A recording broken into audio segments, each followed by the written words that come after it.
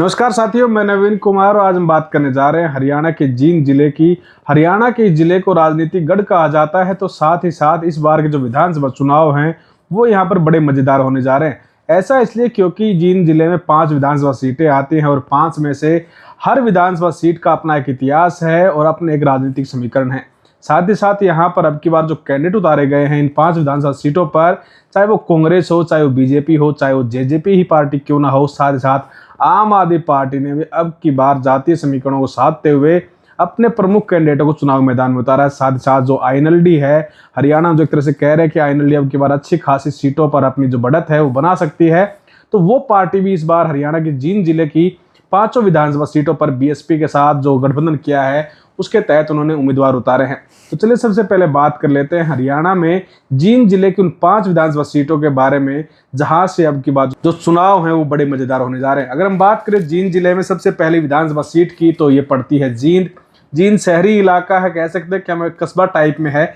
तो यहाँ पर जो बीजेपी की तरफ से कैंडिडेट हैं वो हैं कृष्ण मिड्डा और यहाँ पर धर्मपाल तंवर जो जेजेपी के प्रत्याशी हैं। साथ ही साथ नरेंद्र नाथ शर्मा आईएनएलडी यानी कि इनेलो जो पार्टी है जिन्होंने बीएसपी के साथ यहाँ पर गठबंधन किया है वो यहाँ से चुनावी उम्मीदवार है। उनके साथ ही साथ इंडियन नेशनल कांग्रेस की तरफ से महावीर गुप्ता का जो एक तरह से नाम है वो यहाँ सामने है और वो यहाँ पर मजबूत पैरवी कर रहे हैं अपनी पार्टी को यहाँ से ये टिकट दिलाने के लिए, ये सीट दिलाने के लिए। साथ ही साथ यहाँ पर वजीर ढांडा को आम आदमी पार्टी ने यहाँ से कैंडिडेट चुना है और यहाँ पर जो मुकाबला है वो एक तरह से साफ साफ नजर तो यही आ रहा है कि जैसे टिकटों का वितरण हुआ था उसके बाद की कांग्रेस और बीजेपी का मुकाबला रहने वाला है, लेकिन धीरे धीरे जैसे चुनाव नजदीक आ रहे तो उसके बाद कहीं ना कहीं जो बीजेपी का जो वोटर्स है वो बीजेपी की तरफ जा रहा है, लेकिन जो यहाँ पर कांग्रेस का जो वोटर है वो कहीं ना कहीं। साथ ही साथ एक चीज और आपको बताते चले कि यहाँ की जो विधानसभाएं हैं, सभी सीटें हैं, वहां पर कांग्रेस के जो वोट है वो यहाँ पर एक तरह से खिन भिन जो है वो होने का यहाँ पर खतरा मंडराता नजर आ रहा है। ऐसा इसलिए क्योंकि जहाँ पर निर्दलीय भी मजबूत स्थिति में नजर आ रहे हैं, एक तरह से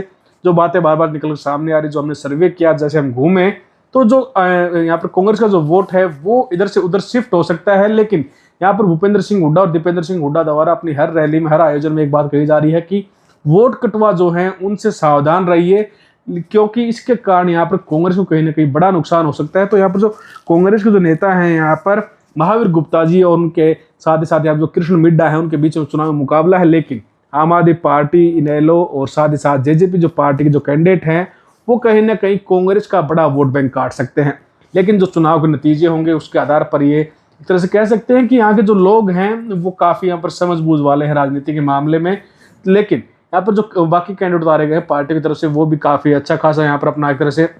कह सकते हैं कि वजूद रखते हैं, उनका एक प्रभाव है अपने इलाके में। लेकिन ये तो चुनाव के जो नतीजे वो बता पाएंगे। और बात करें उसके बाद जुलाना विधानसभा सीट की, तो जुलाना विधानसभा सीट इसलिए इंपॉर्टेंट हो जाती है क्योंकि यहाँ से भारत की जो अंतर्राष्ट्रीय महिला पहलवान है विनेश फोगाट, उनको टिकट दिया गया है कांग्रेस की तरफ से। साथ ही साथ यहाँ पर बीजेपी की तरफ से कैप्टन योगेश बैरागी को चुनाव मैदान में उतारा गया है। तो कविता दलाल आम आदमी पार्टी की तरफ से यहाँ पर कैंडिडेट हैं और अमरजीत ढांडा को यहाँ पर जेजेपी पार्टी की तरफ से टिकट दिया गया है। ये 3-4 नाम ऐसे हैं जिनका अपना एक रसूख है अपने इलाके में। साथ ही साथ यहाँ पर सुरेंद्र लाठरे के यहाँ पर आईएनएलडी पार्टी की तरफ से चुनाव लड़ रहे हैं, उनका नाम भी बार बार निकलकर सामने आता है क्योंकि यहाँ पर इस विधानसभा सीट पर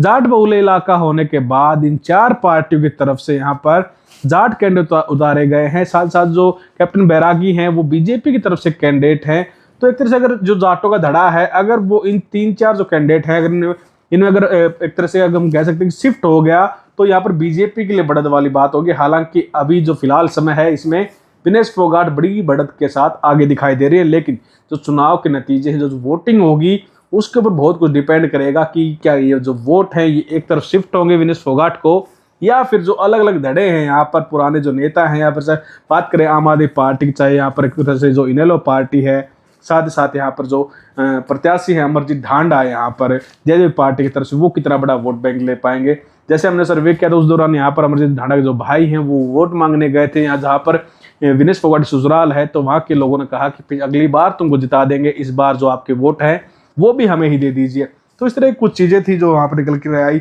सामने। इसके बाद अगर हम बात करें नरवाना विधानसभा सीट की, तो नरवाना में जो मुकाबला है वो बड़ा मजेदार है। मजेदार इसलिए क्योंकि यहाँ पर बीजेपी की तरफ से कृष्ण कुमार को यहाँ पर कैंडिडेट बनाया गया है।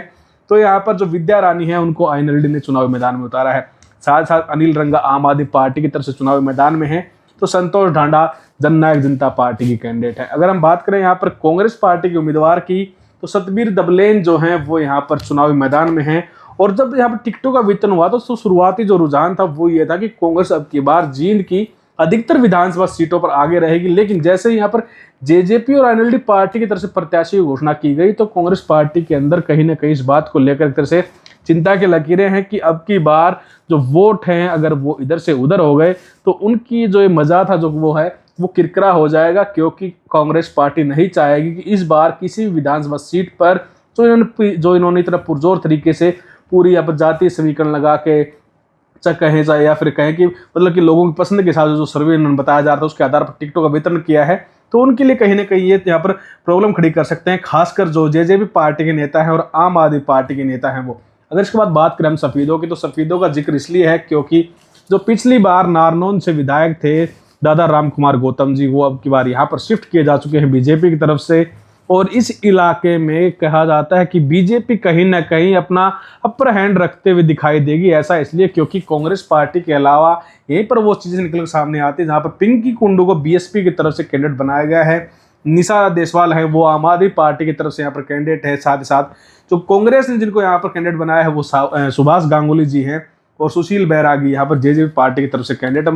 मुकाबला मजेदार है, लेकिन इस मजेदार मुकाबले के बीच में कांग्रेस और बीजेपी की फाइट है उसमें कहीं ना कहीं बड़ी सेंधमारी कर सकते हैं जो अन्य क्षेत्रीय पार्टियां हैं। साथ ही यहाँ पर जो एक तरह से निर्दलीय कैंडिडेट हैं अगर वो भी यहाँ पर 1000-1500 जो वोट है उसका वोट बैंक हासिल करने में सफल होते हैं तो वो कांग्रेस का ही कटेगा, क्योंकि बीजेपी का जो वोटर है वो एक तरह से पूरा यहाँ पर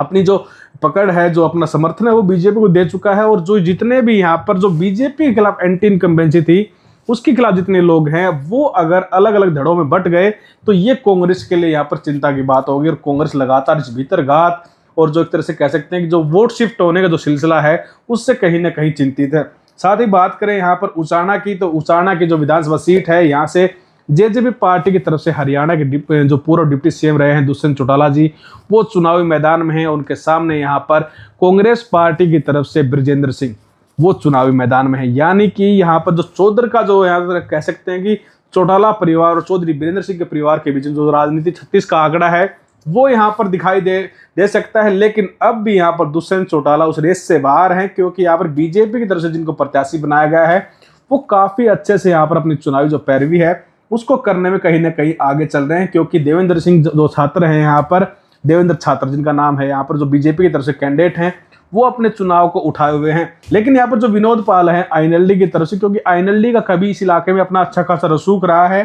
तो वो भी यहाँ पर मजबूत पैरवी कर सकते हैं अपनी पार्टी को यहाँ पर जिताने के लिए। कहा जाता है कि अभय सिंह चौटाला भी वहाँ पर जाकर वोट मांग सकते हैं, फिर ओम प्रकाश चौटाला जी भी वहाँ पर जा सकते हैं। साथ ही साथ यहाँ पर पवन फौजी को आम आदमी पार्टी की तरफ से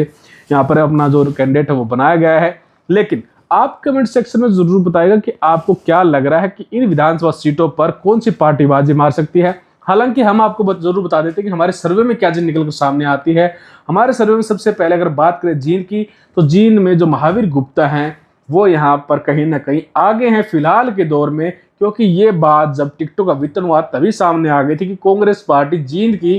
5 की 5 विधानसभा सीटों पर अन्य पार्टियों के मुकाबले कहीं आगे दिखाई देगी। हालांकि कुछ रुझान यहाँ पर गिरा जरूर है कांग्रेस पार्टी का, लेकिन अब भी वो अपर हैंड यहाँ पर एज लेते दिखाई दे रहे हैं। अगर हम बात करें जुलाना की, तो जुलाना में अब भी यहाँ पर विनेश फोगाट बहुत अच्छे खासे वोट बैंक के साथ अन्य क्षेत्रीय पार्टियों से कहीं या फिर जो राष्ट्रीय पार्टियां हैं उनसे कहीं ना कहीं आगे है। साथ ही यहाँ पर बात करें तो नरवाना की जो सीट है यहाँ पर सतबीर दबलेन जो कहते हैं कि भाई उनका नाम यहाँ पर पैरवी के जो सर्वे किया गया था उसके आधार पर यहाँ पर कांग्रेस ने रखा था, तो वो भी यहाँ पर एक तरह से मुकाबले में है। लेकिन बीजेपी की तरफ से जो कृष्ण कुमार हैं वो कहीं ना कहीं उनको टक्कर दे सकते हैं। साथ ही अगर बात करें सफीदों की, तो सफीदों में फिलहाल के दौर में दादा राम कुमार गौतम जिनको यहाँ से नारनौंद से शिफ्ट किया गया है उनके और यहाँ पर जो सुभाष गांगुली है उनके बीच मुकाबला है। और सुभाष गांगुली दादा राम कुमार गौतम से